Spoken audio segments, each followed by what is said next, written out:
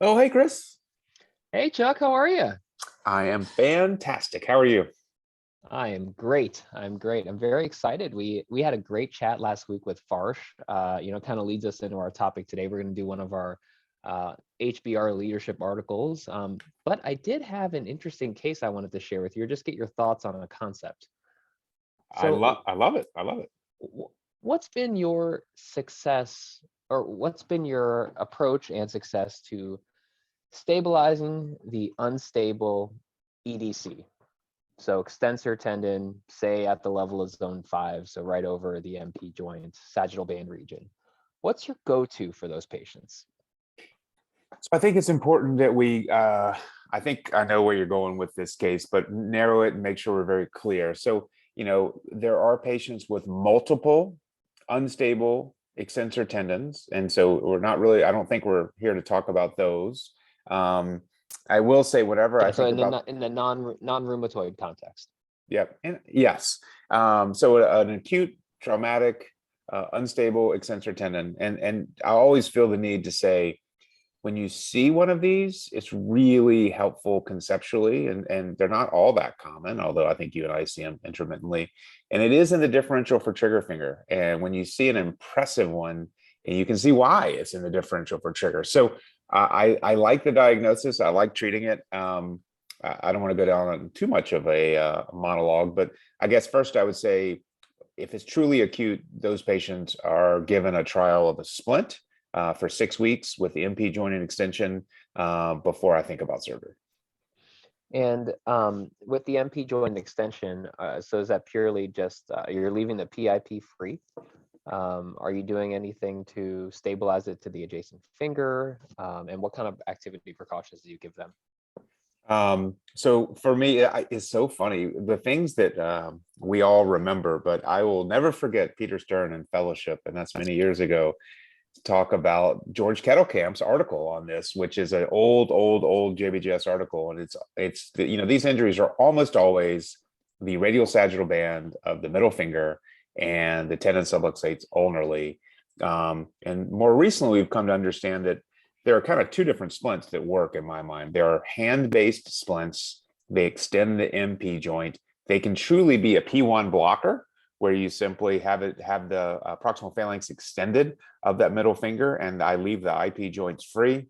Or it can be one of the splints that kind of works around the middle finger by basically keeping the middle finger up and keeping the index and ring finger slightly flexed. But I let them do what they want to do as long as that MP joint stays extended. And that's so for those of you that were not watching on YouTube, Chuck was demonstrating a yoke type splint in the second one. Yeah, no, I think a lot of it depends on, for me, the patient's preference as well as the therapist's comfort level with, what the patient's actually going to wear and use. And how long do you have them wear that for in an acute situation? So it's a full 6 weeks trial for me, which, it's not the hardest splint to wear in the world, but it's definitely not the easiest. It's really inconvenient. I was exclusively using the yoke splints. I think the P1 blocking splint might be a little easier to wear, but as we've discussed many times, I trust our therapists implicitly, and I give them the option of talking to the patient and trying to understand what might work best for each patient. Yeah, Macy actually made me one when we were at the beginning of the academic year, and we're probably going to do it again pretty soon. We did a session where she kind of walked us through all the splints and how they make them and everything and the common ones.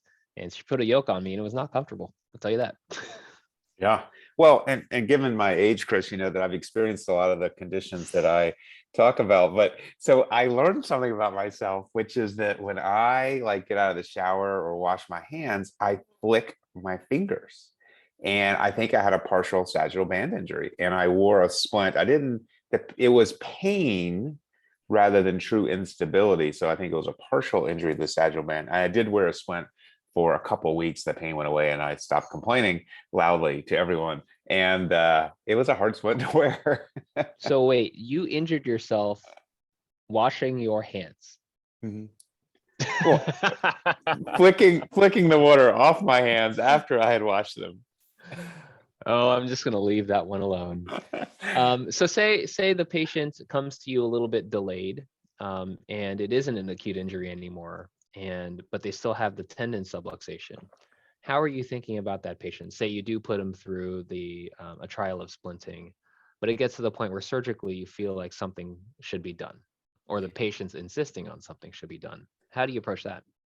Well, I think it's a completely reasonable thing to do. It still requires that period of immobilization, which is part of the difficulty of the conversation with the quote trial of non-operative care. Because if you immobilize them for 6 weeks and they fail, and then you do the surgery, you immobilize them again, it's really painful.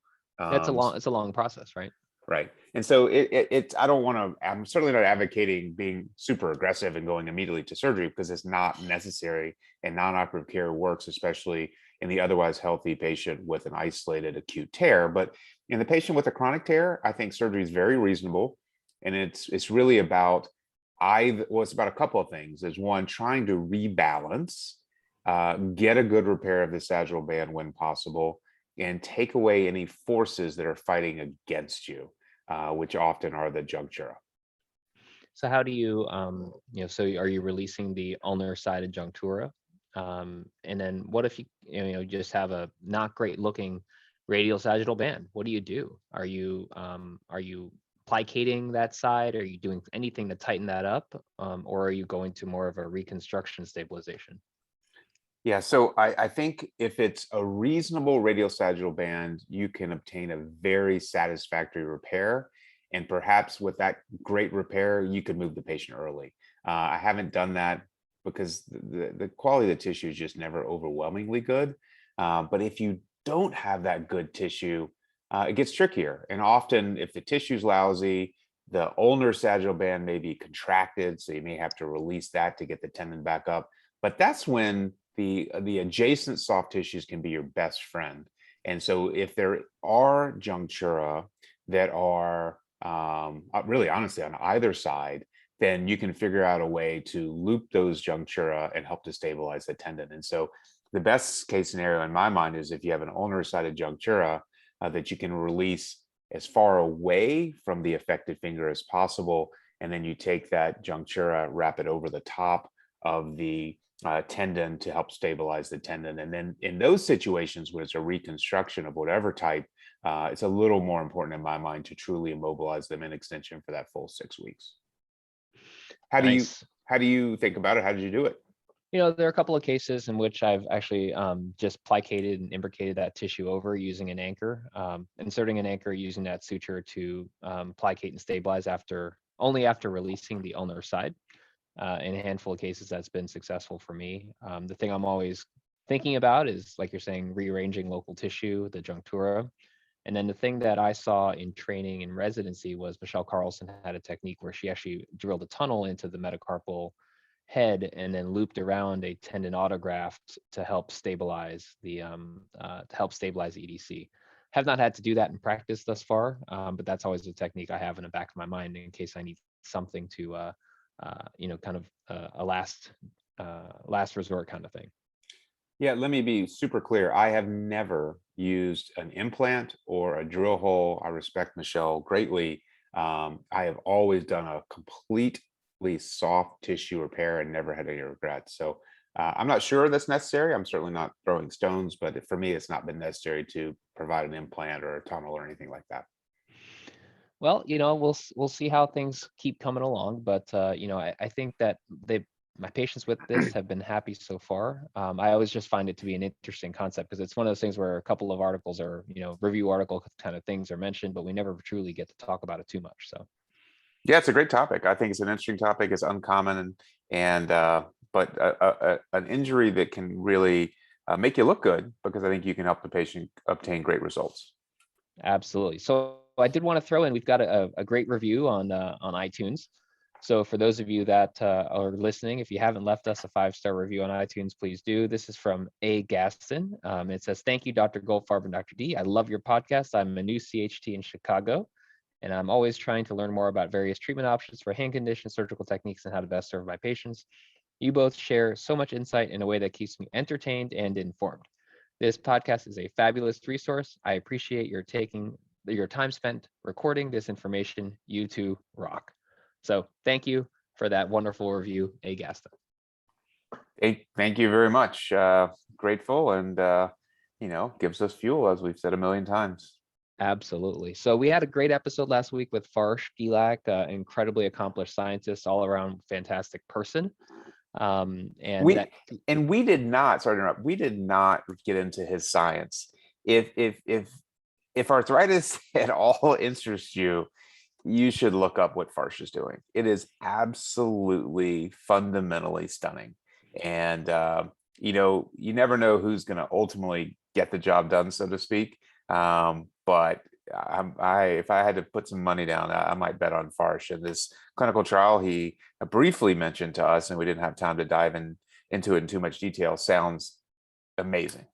yeah, no, my money's on that guy. I guarantee you he's gonna make a huge dent in it, by the time he's hanging it up. And then one of his, many trainees and mentees will, take the ball and run with it. So definitely look into his science if you haven't.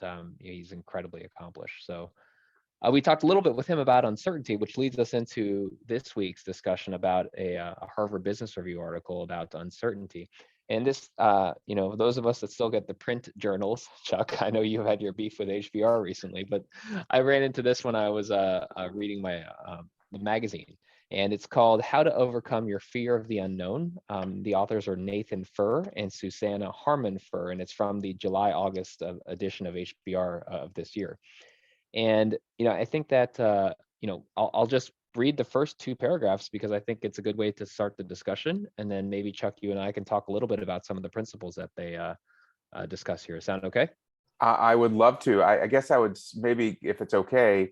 I learned a little bit. I always like to look up the authors. They are both extraordinarily well trained, and Nathan works at INSEAD, which is labeled as the business school for the world. It's one of the world's leading and largest graduate business schools, locations in France, Singapore, Abu Dhabi, and San Francisco.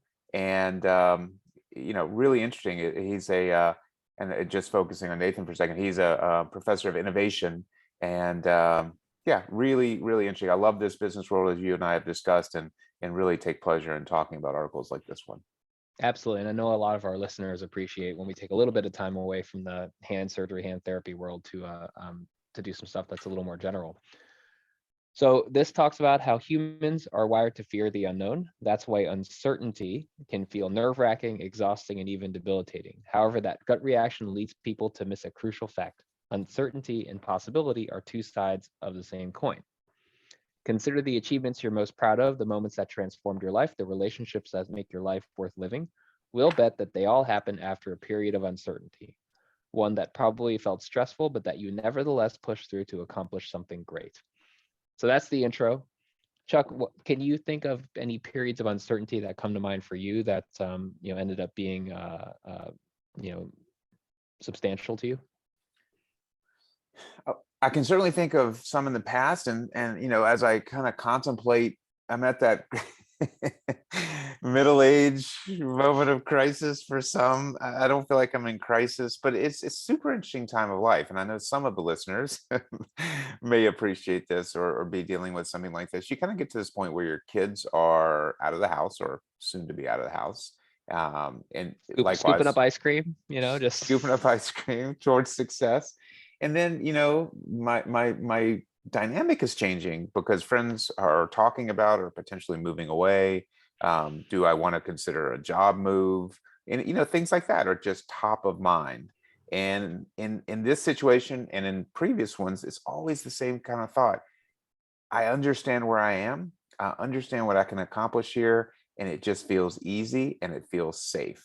But acknowledging that, just as Farsh did in that last episode, when he discussed the uncertainty he felt in moving to St. Louis from a really safe, established place at Duke, is really important. I totally get it. Do you stay safe and maybe not be jolted enough to do as much as you could? Or do you think about a really terrifying move? Yeah, no, I think that at least acknowledging the fact that you feel safe and that this feels easy is an important thing. And I think there are many listeners who have had to deal with this on a personal level, whether it's a lot of times it is professional in terms of whether you move positions or move your life somewhere else. But I think that the thought process, at least of considering what you have and what potentially you might want and what could happen, that process in and of itself is good to go through. So give us an example from your life. Moving to St. Louis, I think that was, I think I've told this on the pod before, but when I was, so I matched for the fellowship here in St. Louis when I was a resident in New York City, and I matched in was like May of whatever year, and I matched, and then I think it was August, and our former partner and my former co-resident Dan Osei called me in August, so literally, was it 3 months after I matched, and said, "Hey, would you be interested in coming and interviewing for a job?" And I'm like, "Really? Like, I just matched? Like, that's." I know, Chuck, you were probably wringing your hands saying, "What the heck are we doing interviewing somebody who hasn't even spent any time here?" And so I of course said yes, because that would be super awkward if I turned down a job interview before coming for the fellowship. I was flattered. I was flattered because at that point, it still is, the department was world beating in terms of recognition for the stuff that I valued. Academic reputation and research potential and teaching and all that. So I was talking to my wife. We were in the kitchen in our apartment in New York, and I said, "Hey, I really have to go take this interview." She said, "Yeah, of course. You have to do the interview." She said, "There's no way in hell we're moving to St. Louis for more than 1 year." Literal words out of her mouth.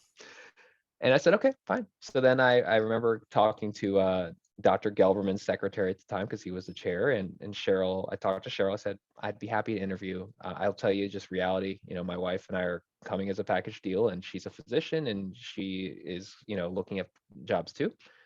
Is there a possibility?" And so Cheryl and Dr. Gelberman, I think, worked their magic and set up a fantastic interview day for both of us. We actually came for a recruitment weekend, and when Cheryl sent out the itinerary was very nice. It was nicely put together. It was professional.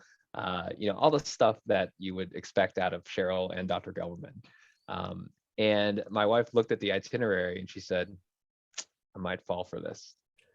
And the Wow. rest is history. But that's we went on a couple of visits, and it was a big leap because neither of us have family in St. Louis. We'd both be starting in our first jobs in our career, and certainly your first jobs are not your last jobs. But it was everything that academically, it was everything I thought it was going to be. But we just weren't sure about raising a family in St. Louis. Tiffany's from Houston. I grew up in Florida. We had loved living in New York. I think geographically we weren't sure. Family-wise, we weren't sure. Culturally, we weren't sure, because this is it was important for us to think about what it would be like to raise Asian American children in the Midwest, and that it's obviously a lot, I think, easier on the coast. So that was an important consideration for us. So in many ways, there was a lot of uncertainty for us, but we decided that we would give it 5 years, and at the 5-year mark, we've loved it. So and then we're going to check in again. And we actually talked about it last night when we were pre-ice cream. We were talking about how is it so far, and I think there are many reasons why the uncertainty thing has paid off. But I mean, I think it is struggling and dealing with it initially, and then kind of pushing through. Yeah, it's interesting. I don't want to say anything inappropriate, but I will say that when Dr. Governman, who had, and I've said this before on the podcast, has many talents, but identification of future impactful orthopedic surgeons and scientists is certainly one of his greatest talents. When he said in August, before you arrived the following August, "We're going to recruit Dr. D to join us," all of us had the same response. Why? He's good on paper, but we have a free job interview. We can give it 3 months here next year, and we'll figure out whether we really like him. He's like, "Nope, we need to do it now, and we need to lock him up." And who argued with Dr. Government?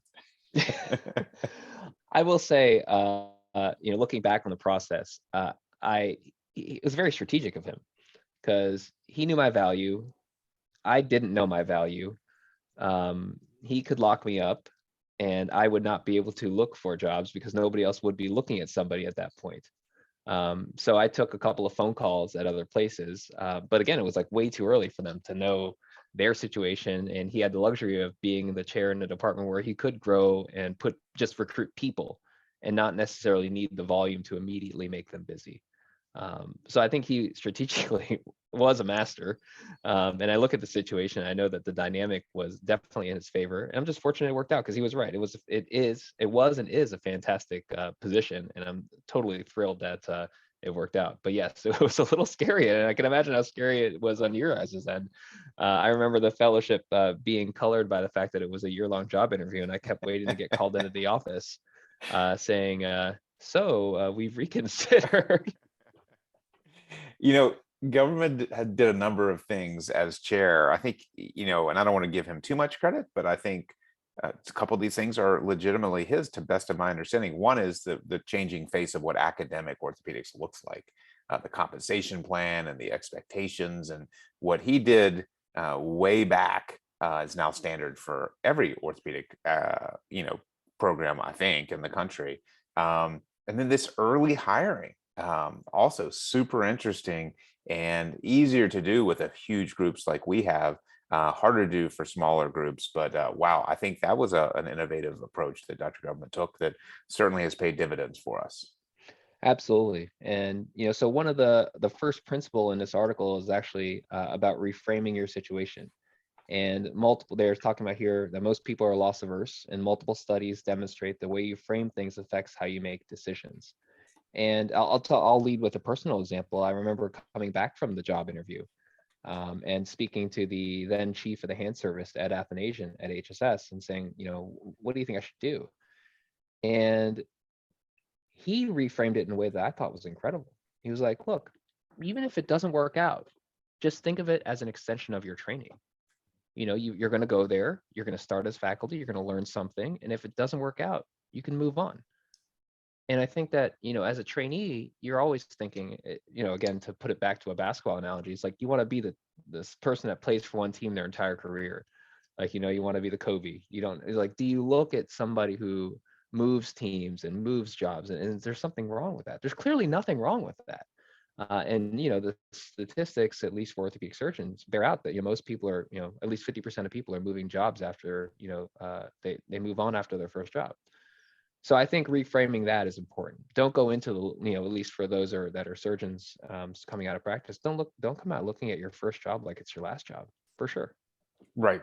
And at this point, the authors continue along this point about stop being risk averse, or it's not stop being risk averse or loss averse, it's just reframing, as you said. And they go on to talk about the infinite game theory. And I believe you have read, and I certainly have read, and it was impactful, Simon Sinek's book on the infinite game. And the message is clear, right? Stop thinking about what good can happen, what bad can happen.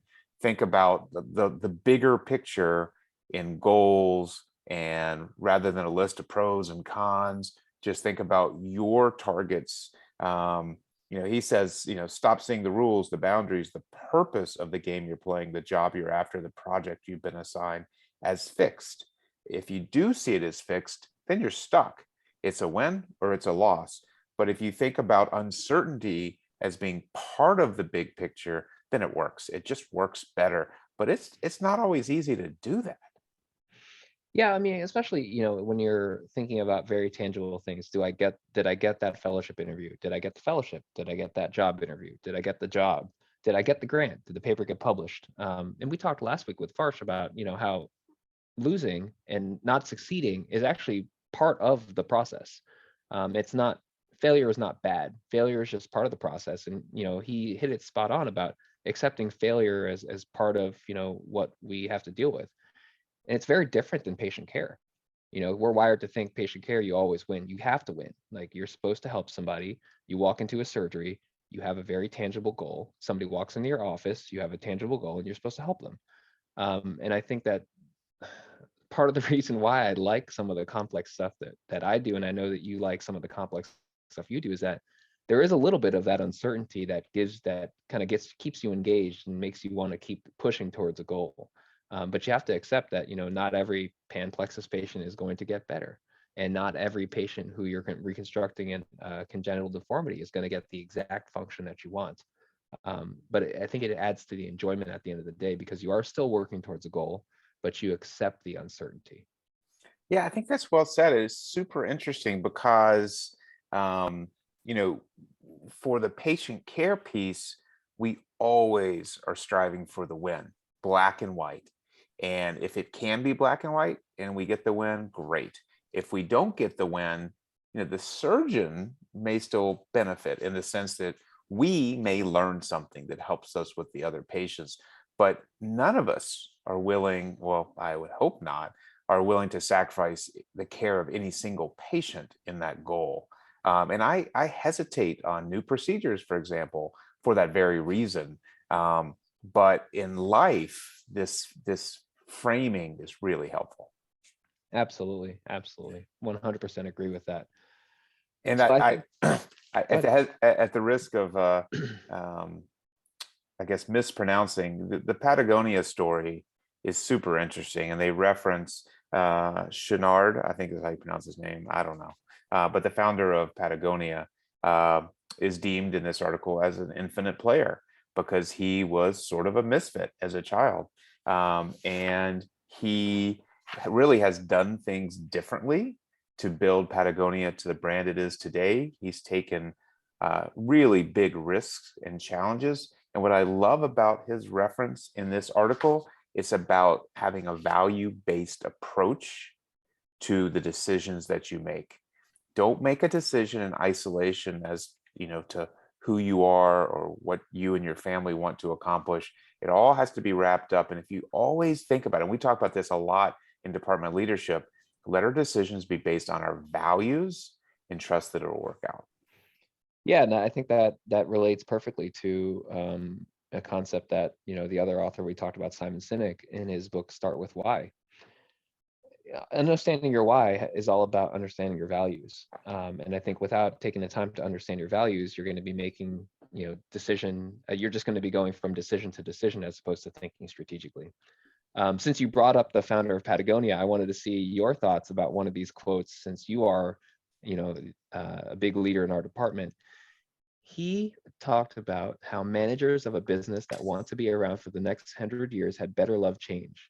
When there is no crisis, the wise leader will invent one. So what do you think about that? It's super interesting, and that's my expression, I guess, of the day, of the podcast, or whatever. So I probably say it too much. I don't believe in that, and maybe that shows my naivety. And maybe it's because we're not a publicly traded major company, but leadership flourishes in times of uncertainty and in times of challenge. And if everything's just smooth and everything's smooth sailing, then you can start to question whether you need this leader or whether this leader is doing everything he or she needs to be doing for your organization, your department, whatever. I can promise you that there is enough stuff going on that neither Regis nor I have to create anything. We have plenty of opportunity. But it is interesting. I mean, it is. I'll give you a concrete example.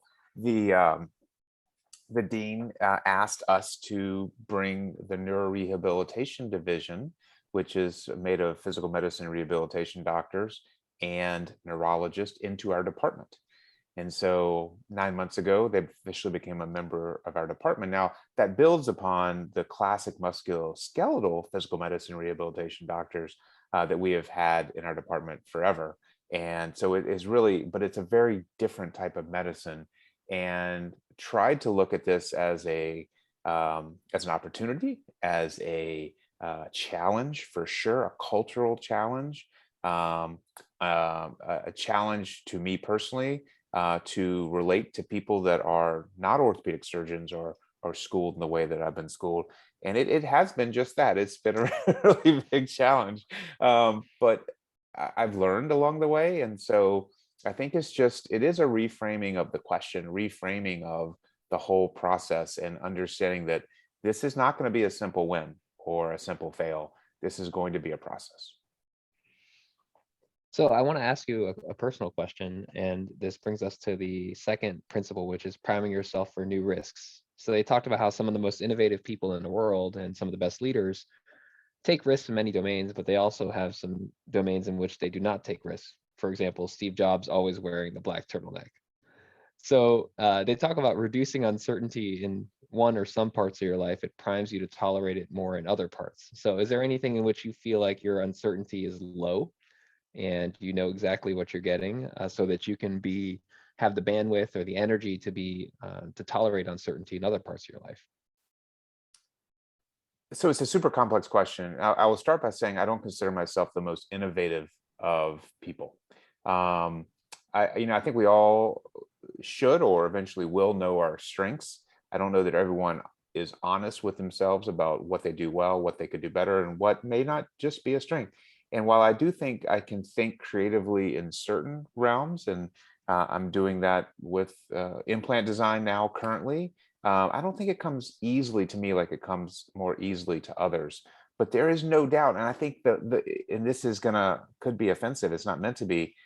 I think for us, given the amount of our time that we spend in patient care, the more we can create a system where patient care is standardized. And of course, I do the exercise and I get up at the same time and all those kind of things. And I have great support at home. All those kind of things make life more standard and really simplify one aspect of my life.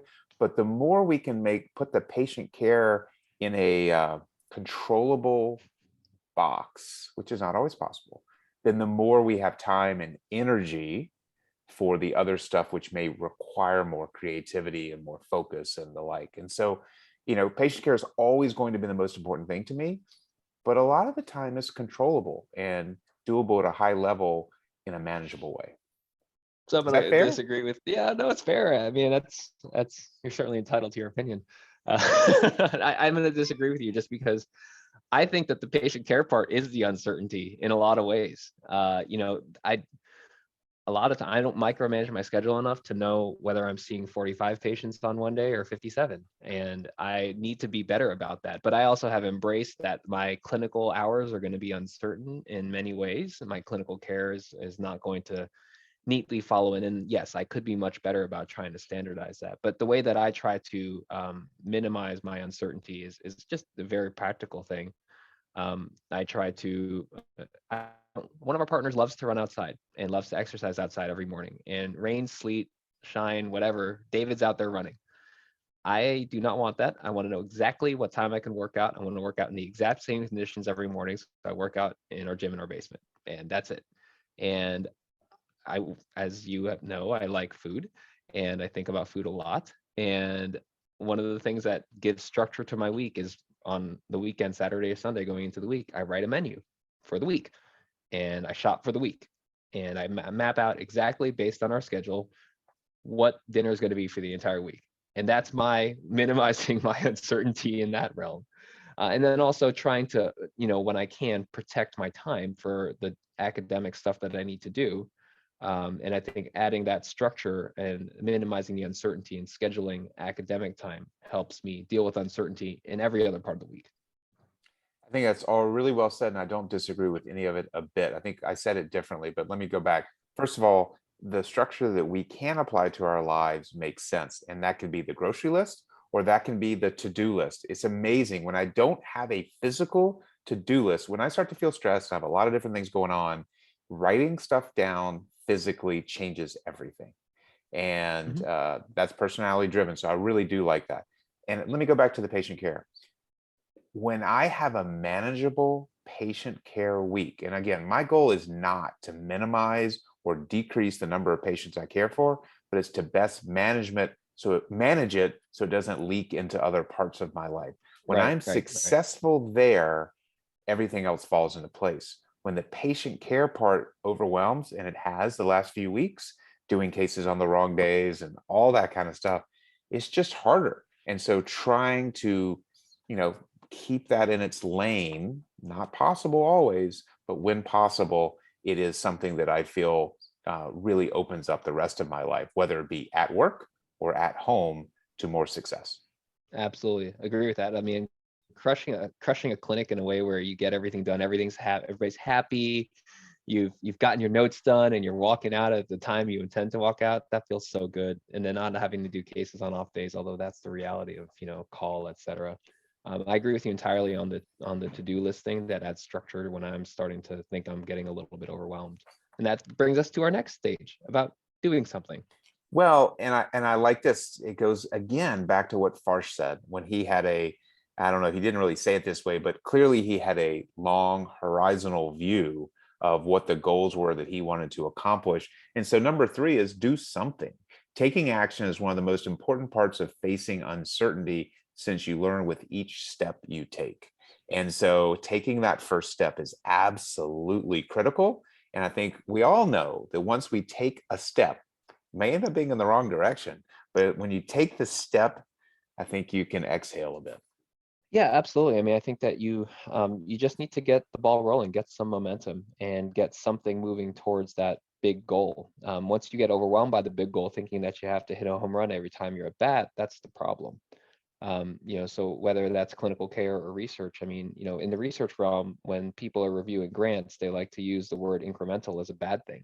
And, Farsh mentioned that, he specifically said incremental, but in a good way, because you need to take those small incremental steps, the baby steps, before you can learn to run and before you can actually put enough together where you can make a difference. But you've got to start somewhere. Yeah, and then the same point, they had another interesting take on values, and they emphasized the role of values rather than goals.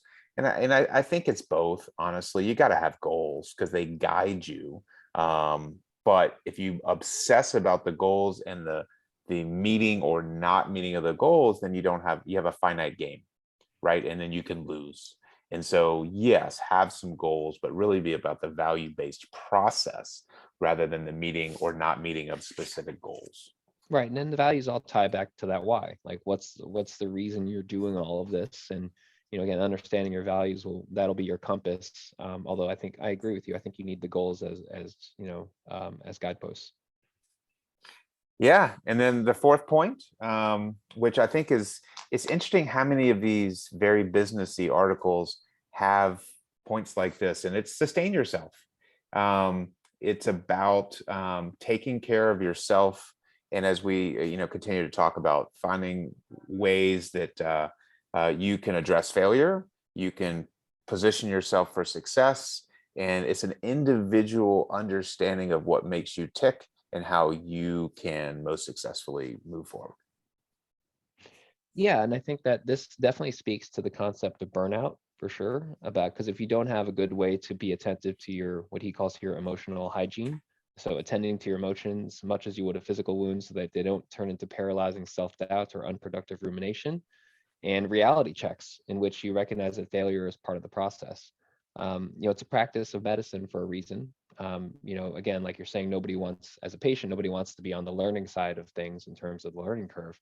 So we strive for excellence and perfection in every way, but recognizing that we as physicians and therapists and healthcare providers, we need to be able to have insight and take care of ourselves emotionally in terms of trying to figure out how we can, bounce back and, help the next patient.